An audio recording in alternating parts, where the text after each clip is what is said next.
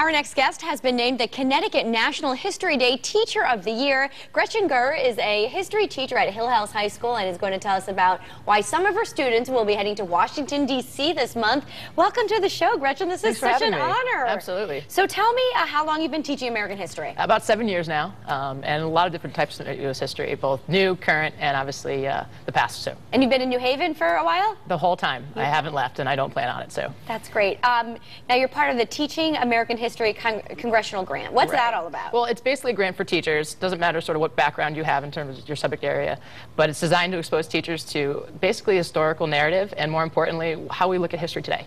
So. But we have some bad news about that grant. Yes, Congress has cut the funding, so next year is the end of the TAH grant, which is sort of unfortunate. It's taken me to trips all over the country, from New Orleans to Charleston, places I wouldn't be able to afford to go. They've been taking me there for free. Yeah, so. I mean, it's a great experience because you get to tell the kids about it when you get back to school. It makes me a better teacher, and it makes all of us better teachers. In fact, every state has a TAH grant, and some states have more than one.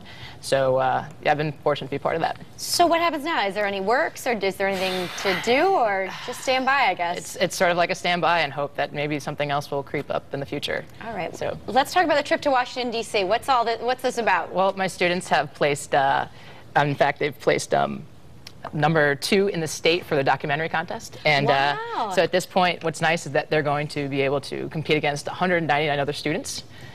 For hopefully the documentary contest. Now, what did they have to do for a documentary? They all work together? Was it like a film, or? Well, actually, it's sort of like watching the History Channel, but in shorter form. It's basically 10 minutes of basically any topic you could choose in the United States or world history, and they produce theirs on a local sort of hero, a veteran of World War II. Okay, and how long have they been working on the project for? They've been working on it for probably about a year now. It's part of the requirement for class, and they've put in more than enough effort, obviously. They've gone beyond the call of duty. And so next week, we're going to be competing nationally. That's so great. And what is the competition going to be like? I'm sure you're going to have to display or show the documentary. Right. So the documentary is going to be judged two times. So hopefully we'll make it to round 2. We're crossing our fingers. And in the meantime, the whole day is full of activities for the students. They haven't been in D.C. before. So this is a groundbreaking event for them. And luckily enough, the state and also our district, New Haven here, has been able to fund it for us. So the students have been able to get a nice trip to experience our nation's capital. A little bit of a bus ride, but what are you going to do, right? It's probably, hey, you know, it's worth it. It's worth it. Now, I'm sure, Gretchen, this must tie into National History Day? Yes. National History Day Project? Right. What is that about? It's basically funded by the History Channel. It's designed to get students, obviously, to engage in historical research, and more importantly, looking at first-person narrative as opposed to just reading the textbook. So this is a way for students to really become historians.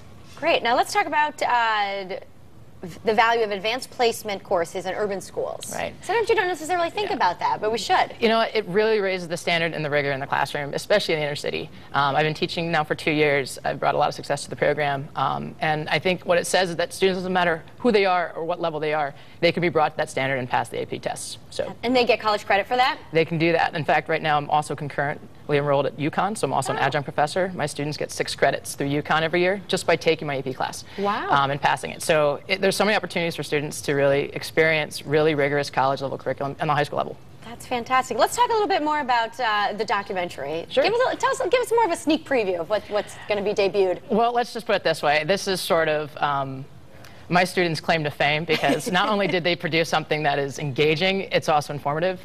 Between the music and the transitions, this has been a work of art, not just on a historical level. Editing is not easy to do. Producing a video, just as you see here, is not easy to do. And these students made something engaging that really the judges were really impressed by. That's awesome. Not just by the research, but how they actually And they probably got a few life lessons along the way, not just in American history, right? Yeah, absolutely. I mean, originally they started their project thinking that segregation was a major part of World War II veterans' experience, and when they came out of their experience, they said, wait a minute, maybe not.